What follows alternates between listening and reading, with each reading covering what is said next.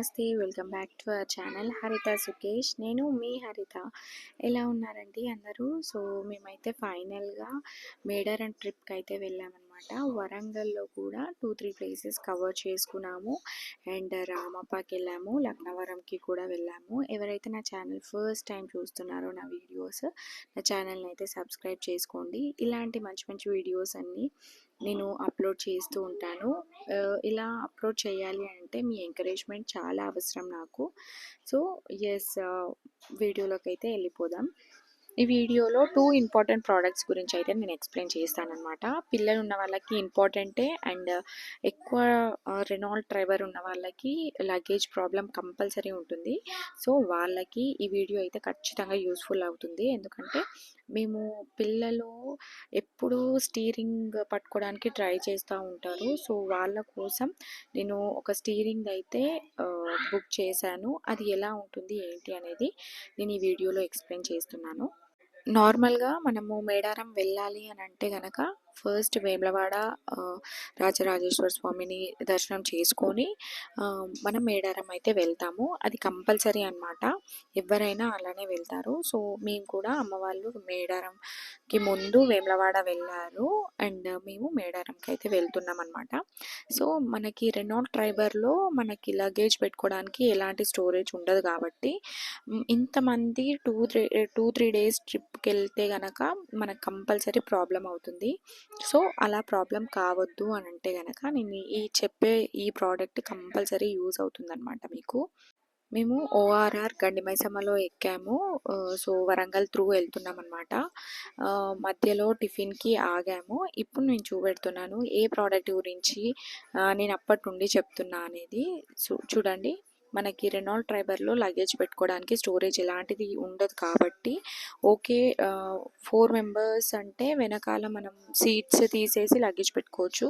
కాకపోతే 6 మెంబర్స్ ఇలా జర్నీ చేయాలి అని అంటే కనుక ఇది చాలా మంచి ప్రోడక్ట్ అనమాట.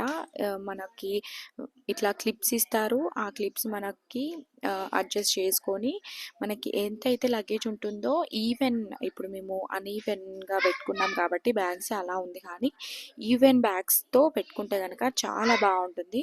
అండ్ ఇంకొకటి నెక్స్ట్ ఏంటంటే ఈ స్టీరింగ్ టాయ్ అనమాట. నేను అమెజాన్లో బుక్ చేశాను ఇది కూడా.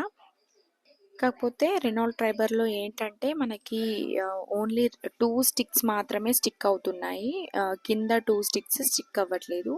కాకపోతే మేనేజ్ చేసాము మేము టూర్ మొత్తం. And we started to Bhadrakali temple. And ఇక్కడ భద్రకాళి టెంపుల్ అనగానే తెలియని పాజిటివ్ ఫీలింగ్ అనమాట. ఎందుకంటే పుట్టినప్పటి నుండి ప్రతి ఒక్క అకేషన్కి భద్రకాళి టెంపుల్ విజిట్ అవుతాం మేము. అది రొటీన్ అనమాట. చిన్నప్పటి నుండి అదొక అలవాటు. Bhadrakali temple birthday, marriage day, what ever it maybe, Dasara టైంలో ఏ అకేషన్ అయినా కానీ భద్రకాళి టెంపుల్ విజిట్ చేయడం మాకు ఒక అలవాటు అనమాట. అండ్ ఈవెన్ దో ఇప్పుడు ఏదైనా ఫంక్షన్స్ ఉన్నా కానీ మేము భద్రకాళి టెంపుల్ కంపల్సరీ విజిట్ అవుతాము. కాకపోతే ఏంటంటే నేను ఆల్రెడీ పోస్ట్ చేశాను భద్రకాళి టోటల్ టెంపుల్ డీటెయిల్స్ అన్నీ. ఈ వీడియోకి మీకే తెలుస్తుంది ఏంటి డిఫరెన్స్ అనేది. సో టోటల్గా చేంజ్ చేశారనమాట. అండ్ భద్రకాళి టెంపుల్ దర్శనం అయిపోయిన తర్వాత గట్టమ్మ దగ్గరకు వచ్చేసాము. మేడారంకి వెళ్ళే ముందు గట్టమ్మ దర్శనం చేసుకుంటారు. ఈ బస్లో వచ్చినా మన ఓన్ వెహికల్లో వచ్చినా ఎలా వచ్చినా కానీ గట్టమ్మ ఫస్ట్ దర్శనం చేసుకుంటాము. అండ్ నెక్స్ట్ మనం మేడారం అయితే వెళ్తామన్నమాట. దారిలోనే గట్టమ్మ ఉంటుంది. సో దర్శనం అయితే చేసుకుంటాము. అండ్ మేము దర్శనం అయిపోయిన తర్వాత గట్టమ్మది మేడారంకి అయితే వచ్చేసామన్నమాట. సో చేంజెస్ కొన్ని ఉన్నాయి. అంటే లాస్ట్ గవర్నమెంట్కి ఈ గవర్నమెంట్కి I don't want to talk about government details. ఎందుకు అని అంటే అప్పుడు జరిగిన ఫెసిలిటీస్ వేరు అండ్ ఇప్పుడు జరిగిన ఫెసిలిటీస్ వేరు. 24 అవర్స్ మనకి న్యూస్లో వస్తూనే ఉంది మేడారం జాతర టైంలో. ఇప్పుడు కూడా కొంచెం మేము ఫేస్ చేసాము కొన్ని ప్రాబ్లమ్స్. కాకపోతే చూస్తుంటే మీకే అర్థమవుతుంది. ఈ వాటర్ టోటల్గా జంపన్న వాగులో వాటర్ అనేది లేవు. అంటే వాటర్ ట్యాప్స్ అన్నీ ఆఫ్ చేశారనమాట. అండ్ ఇదేమో చిలకలగుట్ట నుండి వచ్చే వాటర్ ప్లేస్ అనమాట అది. అండ్ ఇక్కడ అమ్మ వాళ్ళు చిన్నోడిదెత్తు బంగారం మొక్కుకున్నారు కాబట్టి ఇక్కడ చిన్నోడి జోకిచ్చాము. అక్కడ రేట్ బార్గెనింగ్ అనేది ఉంటుంది ప్రతి ఒక్క షాప్ దగ్గర. అండ్ ఇక్కడ అమ్మవారిని అలంకరించి ఏదైతే చిన్నోడెత్తు బంగారం ఉంటుందో అదంతా అమ్మవారి ముందు పెట్టి ఇలా ఒడిబియ్యం కలుపుకొని ఆ అమ్మవారికి సమ్మక్కకి సారలమ్మకి ఇలా ప్యాక్ చేసి నైవేద్యం పెట్టి మేము దర్శనానికి అయితే వెళ్ళామన్నమాట. ఆ టైంలోనే మేము లంచ్ కాదు, ఇటు డిన్నర్ కాదు, ఆ టైంలో చేసామన్నమాట. 5 to 6 మధ్యలో చీకటి అవుతుంది అప్పుడు.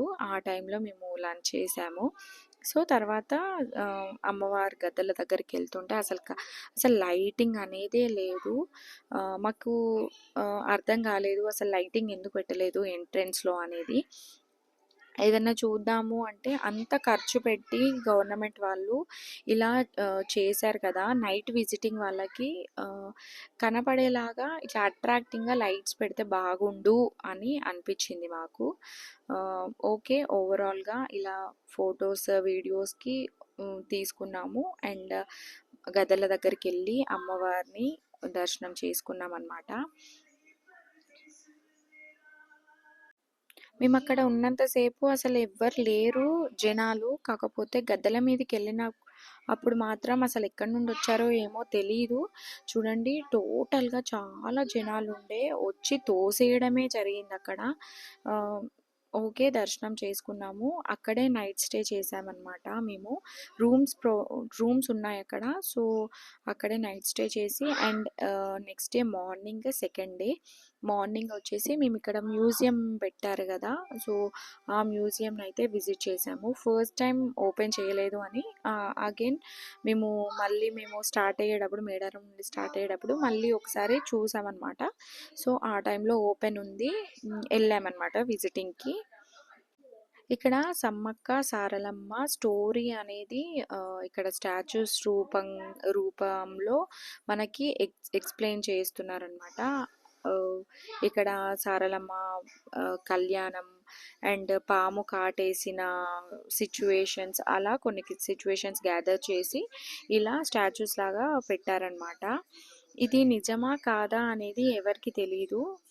ఇప్పుడు ఈ మధ్య ఈ సోషల్ మీడియా వల్ల అసలు కథ ఏంటి అనేది చాలామంది చాలా విధాలుగా చెప్తున్నారు. But we don't know what is right and what is wrong అనమాట. అండ్ ఇక్కడ కుంకుమబర్ని తీసుకొని మనకి గద్దె మీదకి తీసుకొచ్చే ఒక ఇమేజ్ కూడా ఈ స్టోరీ కూడా ఇక్కడ మెన్షన్ చేశారు. అండ్ ఇక్కడ గిరిజన వాళ్ళు ఇలా పెట్టుకొని డప్పు కొడతా ఉంటారు కదా, అది కూడా ఇక్కడ పెట్టారనమాట. అండ్ లోపలికి వెళ్తే ఏదైతే సమ్మక్క సారలమ్మ వాళ్ళు యూజ్ చేసిన వెపన్స్ కానివ్వండి, లేకపోతే ఫుడ్కి సంబంధించినవి కానివ్వండి, అలా ఈ మ్యూజియంలో అనేది టోటల్గా డిస్ప్లే పెట్టారనమాట. సో సమ్మక్క సారలమ్మ చిలకలగుట్ట ఈ విధంగా చేశారు, చూసేసేయండి.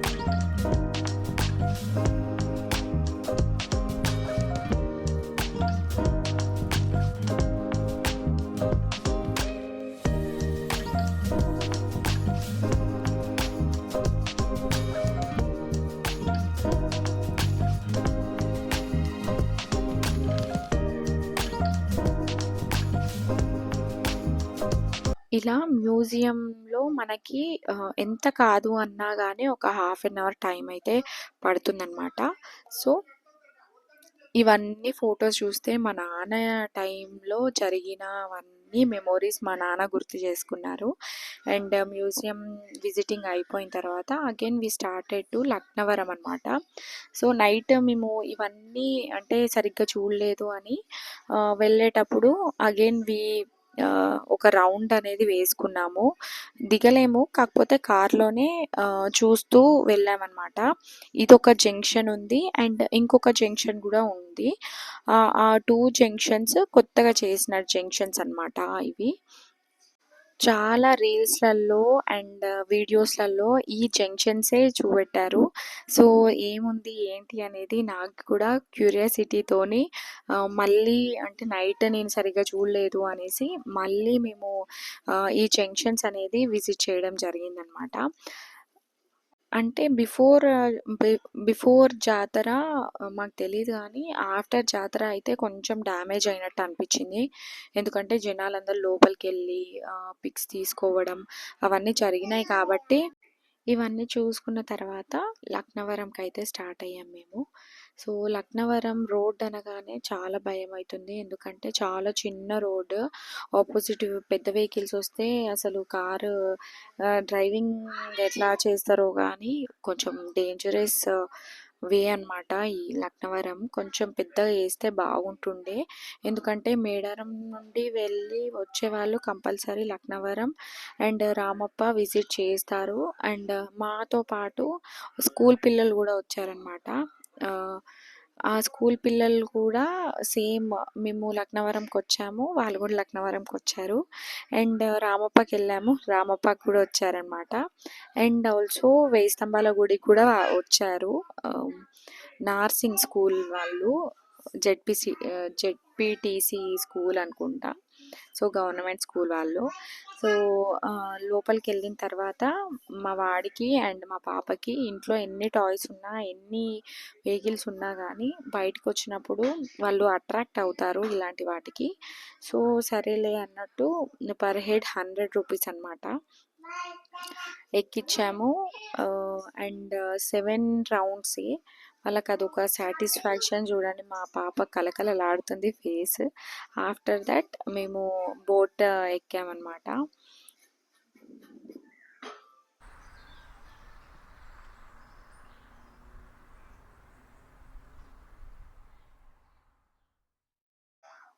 మా అత్తమ్మ, మామయ్య అండ్ నేను, మా ఆయన, మా పిల్లల్ని కూడా తీసుకుపోమన్నారు. కానీ నాకెందుకో భయమైంది. అందుకే మా చిన్నోడిని గట్టిగా పట్టుకున్నానన్నమాట.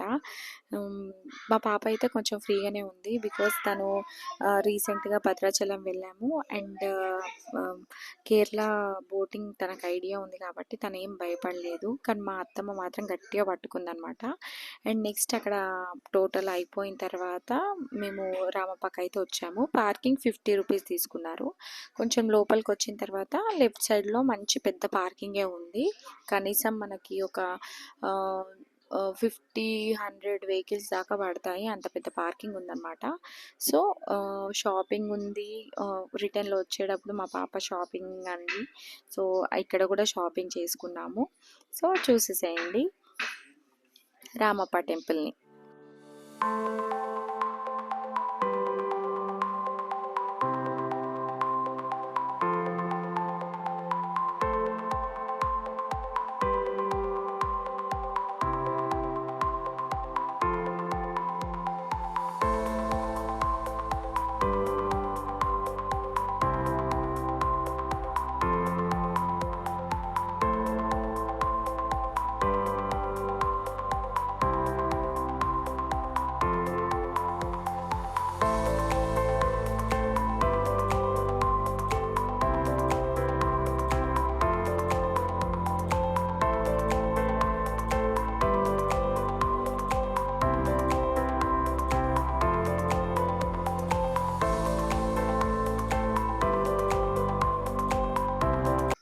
ఇక్కడ శివుణ్ణి దర్శనం చేసుకున్న తర్వాత again we started to Warangal. 1000 స్తంభాల గుడి వచ్చేసాం. మేము వచ్చేసేసరికి 6:30, 7 ఆ టైం అయిందనమాట. సో స్వామివారిని దర్శనం చేసుకొని హైదరాబాద్కి అయితే స్టార్ట్ అయ్యాము.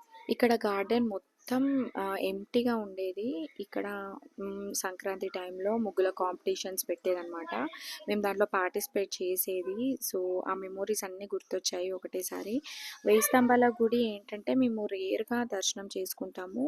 ఎక్కువ ఫ్రీక్వెంట్గా వరంగల్కి వచ్చినప్పుడల్లా భద్రకాళి టెంపుల్ అయితే ఖచ్చితంగా దర్శనం చేసుకుంటాం. కానీ 1000 స్తంభాల గుడి కొంచెం తక్కువ అనమాట. సో ఇదండి వాటి వీడియో. నచ్చితే కనుక లైక్ చేయండి. అండ్ ఎవరైతే నా ఛానల్ ఇంకా సబ్స్క్రైబ్ చేసుకోలేదో please subscribe my channel. Thank you so much for watching.